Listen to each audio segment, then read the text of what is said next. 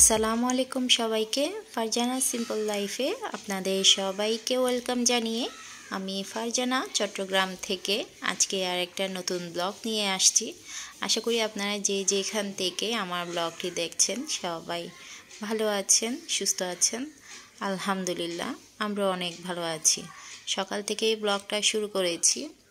আজকে সকালের নাস্তা হচ্ছে ডাল পুরি আর গরম গরম চা, আর বেশি কিছু না। আসলে প্রতিদিন রুটি পরোটা খেতে না ইচ্ছে করছে না, তো আজকে ডাল পুরি আর চা খেয়ে নিলাম।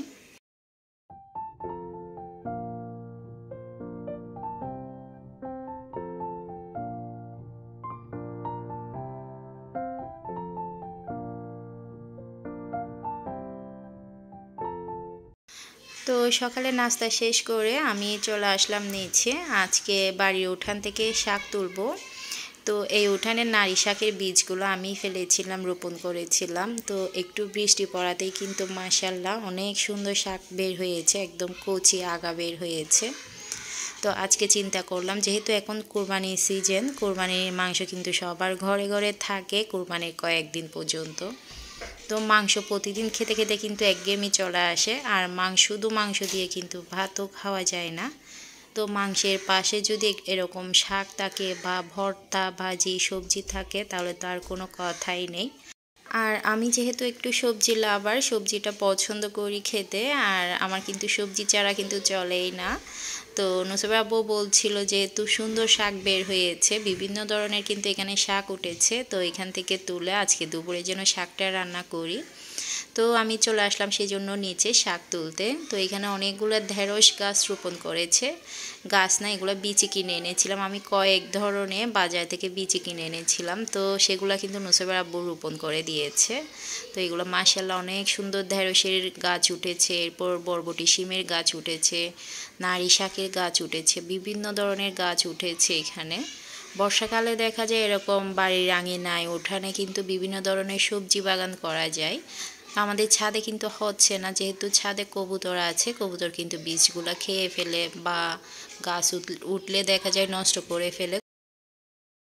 তো নিচে দেখা যায় মাটিতে বৃষ্টি পড়ার কারণে একদম সুন্দর করে গাছগুলো উঠে গিয়েছে মাশাআল্লাহ। তো এখান থেকে কিন্তু মাঝে মাঝে আমার শাকটা তোলা হয় আর রান্নাও করি। বর্ষাকালে এরকম মিক্স শাকটা কিন্তু ডাল দিয়ে রান্না করে খেলে কিন্তু অনেক বেশি মজা লাগে। তো আজকে হচ্ছে আমি ডাল আর এখানে দুইটা আলুও চটকিয়ে দিয়েছি। আমি আগে ডাল আর আলু দিয়ে একটু পানি দিয়ে ঝোলের পানিটা বসিয়ে দিয়েছি। ডালটা ফুটে ওঠার পর আমি শাকটা ধুয়ে পরিষ্কার করে একটু কেটে আমি ডালের মধ্যে দিয়ে দিয়েছি। লাস্টে একটু বাগার দিয়ে দিব আমি রসুন দিয়ে। আর শাক রান্না করলে দেখা যায় এরকম ডাল দিয়ে এখানে কোনো মশলা দেওয়া যায় না, শুধুমাত্র আমি একটু হলুদ দিয়েছি যাতে কালারটা একটু সুন্দর আসে। এরপর রসুন পেঁয়াজ আর একটু কাঁচামরিচ ফালি করে দিয়েছি। এই নর্মালভাবেই কিন্তু শাকটা রান্না করলে খেতে অনেক বেশি মজা হয়। আমি কিন্তু এভাবেই রান্না করি। শাকে দেখা যায় কোনো মশলা দিলে মশলার একটা গন্ধ হয়ে যায়, এই আর কি। তো আজকে হচ্ছে আমি করলা ভাজি করব। কালকেও করলা ভাজি করেছিলাম। কোরবানির পর থেকে কিন্তু নুসরাত আব্বু প্রতিদিন করলা ভাজি খাচ্ছে। তো কালকে করলা ভাজি করেছিলাম আমি আলু দিয়ে। তো উনি বলেছিল আলু দিয়ে করলা ভাজি করেছি, এটা কিন্তু মজা হয়নি, উনি যেহেতু আলুটা কম খায়। তো আজকে শুধু করলা দিয়ে আজকে ভাজি করব। আর নুসরাত আব্বু দেখা যায় পোড়া পোড়া করে একটু শুকনা করে করলা ভাজি করলে এটা কিন্তু অনেক বেশি পছন্দ করে। আর আমার শাশুড়ি একটু ভুনা করে রান্না করলেই পছন্দ করে, মানে দুইজন দুই রকমের পছন্দটা। আমার শাশুড়ি দেখা যায় বড় বড় টুকরা করে করলাটা এটা একটু ভুনা করে ফেলে, একটু ঝুলঝুল রাখে, সব ধরনের মশলা দিয়ে, এখানে মাংসের মশলা থেকে শুরু করে সব মশলা দিয়ে করলাটা একটু ভুনা করে। আর নুসরাত আব্বু দেখা যায় এরকম শুকনা করে একটু নর্মাল মশলা দিয়ে, কম মশলা দিয়ে ভাজি করলে এটা পছন্দ করে। তো নুসরাত আব্বু যেভাবে পছন্দ করে আমি সেভাবেই কিন্তু আজকে বানাচ্ছি। কালকে আলু দেওয়ার কারণে উনি বলেছিল এটা ভালো লাগেনি আলু দেওয়ার কারণে, আজকে একদম আলু ছাড়াই শুধু করলা ভাজি করে দিচ্ছি। তো করলা ভাজিতে আমি মশলা দিচ্ছি, ফার্স্টে পেঁয়াজ রসুন দিয়ে একটু তেলের মধ্যে ফ্রাই করে নিয়েছি। রসুনটা যখন একটু বাদামি হয়ে এসেছে তখন আমি করলা ভাজিটা দিয়ে দিয়েছি। এরপর একটু হলুদ আর সামান্য একটু ভাজা জিরে গুঁড়া দিয়েছি, আর কোনো কিছুই দেব না। আর হ্যাঁ, এখানে কাঁচামরিচ ফালি দিয়েছি, একটু রসুন বাটা দিয়েছি, একটু আদা বাটাও দিয়ে দিয়েছি। এই আর কি, একদম নর্মালের মধ্যে ভাজিটা করি আমি। এভাবে কিন্তু ভাজিটা করলে অনেক বেশি মজা হয় খেতে। আর এদিকে হচ্ছে পাবদা মাছ রান্না করেছি, আমের আচার দিয়ে পাবদা মাছ। আর মাশাআল্লাহ পাবদা মাছগুলো কিন্তু অনেক বেশি বড় ছিল, সেই কারণে আমি কয়েকটা কিন্তু 2 পিস করে কেটে দিয়েছি। আর পাবদা মাছ বেশি বড় হলে কিন্তু ভেঙে যায় রান্না করতে অনেক সময়, যেহেতু পাবদা মাছটা অনেক বেশি নরম থাকে, তো আমি সেই জন্য কেটে দিয়েছি মাঝখানে। তো রান্না শেষ করেছি, দুপুরে খেয়েছি, আর এখানে রুমে আসলাম একটু বিশ্রাম নেব। এখানে বাচ্চারা দেখি মজা করে লেবু মাখা খাচ্ছে। তো লেবু মাখাটা নুসাইবা দোহা মিলে করেছে, মাশাআল্লাহ লেবু মাখাটা এত বেশি মজা হয়েছে। এখানে লবণ দিয়েছে, চিনি দিয়েছে বেশি করে, আর লাল মরিচের গুঁড়া দিয়েছে, অনেক বেশি মজা হয়েছে। আমিও একটা টেস্ট করেছি। আর এদিকে আমার তাওরাত বাবুও খাচ্ছে, ওর লেবু খাওয়া দেখে আমি তো হাসতে হাসতে শেষ। আসলে বাচ্চারা লেবু খেলে না ওদের চেহারাটাই কিন্তু অন্যরকম করে ফেলে। ওর কিন্তু এগুলা খেতে ভালোই লাগছে, একটু যেহেতু টক আর মিষ্টি হয়েছে, আর একটু ঝালও আছে। তো লেবুকে একদম পাতলা করে কেটে এইভাবে লাল মরিচের গুঁড়া, লবণ, একটু বিট লবণ, চিনি, এরপর সর্ষের তেল দিয়ে লেবু মাখা করলে কিন্তু অনেক বেশি টেস্টি হয়। তো ছোটোবেলায় কিন্তু অনেক খেয়েছি এরকম লেবু মাখা। তো আজকে যেহেতু বাচ্চারা খাচ্ছে, আমি একটা টেস্ট করেছি। আমি কিন্তু লেবুর ছিলকা সহ খেয়েছি, এইটা কিন্তু একদমই তিতা লাগেনি, খেতে অনেক বেশি মজা লেগেছে। তো লেবু মাখা শেষ করে ওরা কিন্তু আমও মেখে এনেছে। তো এটা হচ্ছে পাকা আম যেটা, তো এটা কাঁচাই ছিল। তো এটা কিন্তু কেটে ওরা মরিচের গুঁড়া, চিনি, লবণ দিয়ে মেখে এনেছে, তো ওখান থেকেও খেয়েছি। আর এদিকে হচ্ছে নুসাইবার আব্বু বাজারে গিয়েছিল, মানে মার্কেটে গিয়েছিল, তো সাথে কিন্তু তাসিরকেও নিয়ে গিয়েছিল। তো রান্নাঘরে দেখা যায় কাটা বাছা করার সময় অনেক বেশি গরম লাগে, আর এখন যেহেতু প্রচুর গরম পড়ছে, রান্নাঘরে দেখা যায় যারা রান্না করে তারা কিন্তু অনেক বেশি কষ্ট করে রান্না করে, সেটার কষ্ট কিন্তু কেউ বুঝে না। শুধুমাত্র পরিবারের সন্তুষ্টির জন্য আমরা আগুনে পুড়ে গরমের মধ্যে রান্নাগুলো করি, সবাই যাতে সন্তুষ্টি থাকে। তো নুসাইবা আব্বু খেয়াল করেছে কাটা বাছার সময় দেখা গিয়েছে আমি আর আমার শাশুড়ি অনেক সময় ডাইনিং রুমে এসে ফ্যান ছেড়ে আমরা কাটা বাছা করছি। তো আমি কিন্তু ফ্যানের জন্য বলি না যে রান্নাঘরে একটা ফ্যান লাগাতে হবে, তো উনি যেহেতু এটা খেয়াল করেছে, তো আজকে উনি মার্কেটে গিয়ে একদম কাউকে বলে নিয়ে উনি ফ্যান নিয়ে এসেছে। আর নুসাইবার ড্রেসিং টেবিলের জন্য একটা লাইট নিয়ে এসেছে। আর আমার কিচেন দেখা যায় একটু অন্ধকার থাকে, মানে শুধু একটা এলইডি লাইট আছে, এটার আলোতে দেখা যায় রান্না বান্না করার সময় তেমন বেশি আলো হয় না। আর এলইডি লাইটগুলো দেখা যায় যেগুলো চান্স হয় আর কি, কারেন্ট গেলেও জ্বলে ওঠে, সেগুলো দেখা যায় তেমন বেশি আলো থাকে না। তো রান্নাঘরের জন্য একটা টিউব লাইট নিয়ে এসেছে।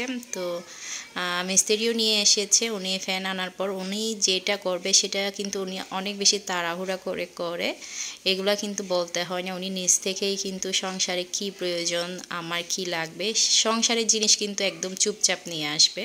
তবে আমার পার্সোনাল জিনিসগুলো তেমন আনতে চায় না, খুবই মানে জোড়াজুড়ি করে নিতে হয় আর কি আমার পার্সোনাল যে জিনিসগুলো লাগে। তো সংসারের প্রয়োজনীয় জিনিস কিন্তু ওনাকে বলতেই হয় না, উনি খেয়াল করে নিয়ে আসে। তো এটাও শুক্রিয়া, যেহেতু সংসারের জন্য খেয়াল করে। তো উনি ফ্যানটাও লাগিয়ে দিয়েছে। আর মিস্ত্রি যেহেতু নিয়ে এসেছে, নুসাইবার ড্রেসিং টেবিলের লাইটটাও দিয়েছে। আর নুসাইবার লাইটটা কিন্তু 3 কালার হয়, একটা হচ্ছে ব্লু কালার আসে, একটা সাদা আসে, আর একটা মানে অন্য কালার, 3টা কালার হয় আর কি। এই লাইটগুলো আমাদের ঘরে আগেও আছে, বেসিনে আছে, বাহিরে আছে, বিভিন্ন জায়গায় আছে। তো আমি বললাম নুসাইবার ড্রেসিং টেবিলের জন্য মেয়েরা যেহেতু সাজুগুজু করে তখন একটু অন্ধকার দেখায়, তো ওখানে একটা লাইট দিলে ভালো হয়। তো আজকে সেটাও লাগিয়ে দিল মেয়েদেরকে। তো আজকে হচ্ছে আমার ছোটো চাচা আসবে, এটা হচ্ছে সন্ধ্যার সময়। তো বিকেলে আমার চাচা ফোন করেছে আমি বাড়িতে আছি কি না, আমার সবার ছোটো চাচা আর কি। তো আমি বললাম আমি বাড়িতে আছি আঙ্কেল, আপনি আসতে পারেন। তো যেহেতু এখন কুরবানি ঈদ, বাচ্চাদের স্কুলও বন্ধ, তো আমার আঙ্কেল মনে করেছে আমি শহরে গিয়েছি কিনা। তো যেহেতু কিছুদিন আগে এসেছি, আমি আর শহরে যাচ্ছি না এবারে ছুটিতে। তো দেখা যায় বাচ্চাদের নিয়ে শহরে যাওয়া আসা করতে অনেক বেশি কষ্ট হয়। তো কিছুদিন আগে যেহেতু এসেছি, মানে কি আমার বোনের অ্যানিভার্সারিতে যখন গিয়েছি তখন দেখা গিয়েছে আসতে যেতে বাচ্চাদেরও পরীক্ষা ছিল, অনেক বেশি কষ্ট হয়েছে। তো এবারে কিন্তু স্কুল ছুটিতে আর যাবো না। তো আমার আঙ্কেল মনে করেছে স্কুল যেহেতু বন্ধ, আমি হয়তো আমাদের বাসায় থাকতে পারি। তো সেই কারণে ফোন করেছে আমি আছি কি না। তো আঙ্কেলকে বললাম আমি তো বাড়িতে আছি, আপনি আসেন। তো আমার আঙ্কেলও আসবে একটু পর, যেহেতু ফোন দিয়েছে, একটু আগেই ফোন দিয়েছে। তো আমার আঙ্কেলের হচ্ছে 3 ছেলে, ছেলেদেরকে নিয়েই আসবে। তো আঙ্কেলও এবারে শহরে কোরবানি ঈদ করেছে। তো আমার দাদু যেহেতু এখানে আছে সাতকানিয়াতে, তো আমার দাদুকে দেখতে আসছে আমার আঙ্কেল। তো তখন আমার আঙ্কেল বললো আমাকেও একটু দেখে যাবে। তো চাচারা যখন আসে বাবার বাড়িতে যদি কেউ আসে অনেক বেশি ভালো লাগে। তখন আমার অন্তত একটা বাবার বাড়ির লোক তো দেখতে পেলাম।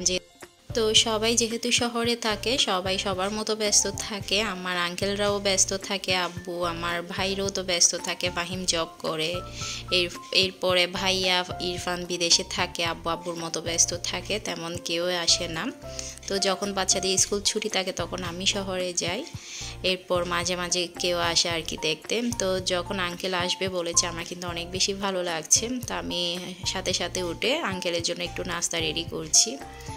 আর আজকে কিন্তু আমার ননদও এসেছে একটু পর, এখনও কিন্তু আসেনি। একটু পর দেখলাম আমার ননদও এসেছে বাচ্চাদের নিয়ে, যেহেতু স্কুল বন্ধ। তো আমার ননদকে কিন্তু কোরবানির আগে থেকেই বলছি যে বাচ্চাদের যেহেতু স্কুল বন্ধ হয়েছে, এসে একটু ঘুরে যাওয়ার জন্যে।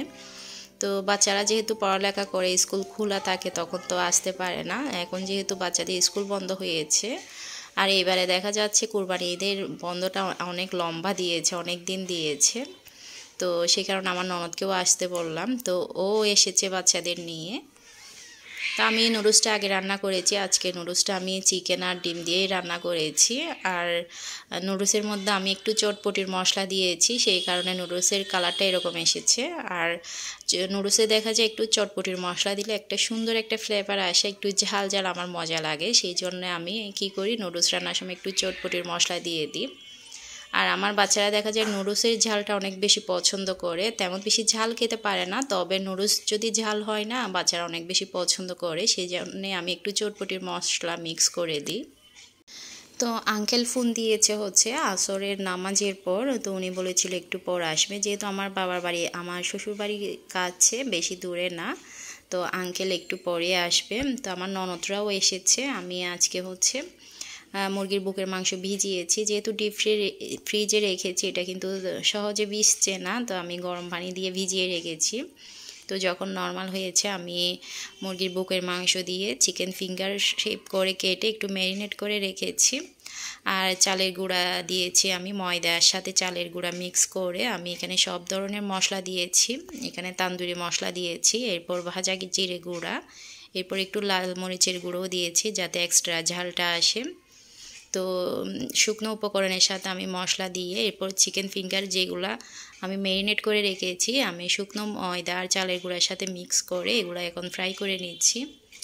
এই চিকেন ফিঙ্গার কিন্তু আমার বাসায় অনেক বেশি পছন্দ করে, বিশেষ করে বাচ্চারা কিন্তু সস দিয়ে খেতে অনেক বেশি পছন্দ করে চিকেন ফিঙ্গারটা। তো আমি মুরগির বুকের মাংস যেহেতু রেখে দিই এক্সট্রা করে, তো মাঝে মাঝে কিন্তু এভাবে চিকেন ফিঙ্গার করে দিই। তো আমার গরু মাংস শেষ হয়ে গিয়েছে, গরু মাংস রান্না করা নেই, যেহেতু আমার ননদও এসেছে। আমি অন্যদিকে গরু মাংস ভিজিয়েছি, রাত্রে রান্না করব। তো আজকে হচ্ছে নুডলস রান্না করেছি আমি চিকেন দিয়ে, ডিম দিয়ে। এরপর চিকেন দিয়ে সমোসা বানিয়েছি, এরপর চিকেন ফিঙ্গার করছি, আর জুস ফ্রুট এইসব দিয়ে কিন্তু আঙ্কেলকে নাস্তা দিব। তো আমার বাবার বাড়ি থেকে কেউ আসলে, আব্বু আসলেও তাড়াহুড়া করে বেশিক্ষণ বসে না, এই আসে এই যাবে। আমার আঙ্কেল এসেছে অনেক করে, বলেছিলাম রাত্রে খেয়ে যাওয়ার জন্যে। আঙ্কেল শহরেই চলে যাবে, আঙ্কেল আমার চাচাতো ভাইদেরকে নিয়ে। তো আঙ্কেল কিন্তু আর থাকেনি, মাগরিবের নামাজ আদায় করে এরপর চলে গিয়েছে। সন্ধ্যায় সবাই মিলে নাস্তা করেছে এখানে। তো আমার ননদদেরকেও দিয়েছি, এরপর আমার আঙ্কেলকেও দিয়েছি। আমার চাচাতো ভাইরা যেহেতু এসেছে অনেক বেশি ভালো লেগেছে। আর একটা মেহমান আসলে যেহেতু আমি একা হাতে করি, অনেক বেশি তাড়াহুড়া হয়ে যায়, আমি সব কিছু কিন্তু ভিডিওর মধ্যে রাখতে পারি না। যদি আপনি ক্যামেরার মধ্যে সব কিছু রাখতে যান তাহলে কাজ কিন্তু হয় না, অনেক তাড়াহুড়া হয়ে যায়। তো সেই কারণে আর ভিডিও করা হয়নি। সবাই মিলে নাস্তা করে নিয়েছে, আঙ্কেলও চলে গিয়েছে, আমার ননদ তো থাকবে। তো এটা যেহেতু কোরবানি ঈদের ৩-৪ দিন পর, আমার রান্না করা মাংস ছিল না, সকালেই শেষ হয়েছে। তো আমার ননদও যেহেতু এসেছে, আমি আবার রাতে গরুর মাংস রান্না করছি। তো আমার ননদ হচ্ছে কাঁকরোল নিয়ে এসেছে, ওর গাছের কাঁকরোল দিয়ে গরুর মাংসটা রান্না করেছি। এটা কিন্তু কালারটা অনেক বেশি সুন্দর হয়েছে, আর খেতেও কিন্তু অনেক বেশি মজা হয়েছে। তো আমার আজকের ব্লগ এ পর্যন্ত। সবাই ভালো থাকবেন, সুস্থ থাকবেন, আমাদের জন্য দোয়া করবেন। আসসালামু আলাইকুম, আল্লাহ হাফেজ।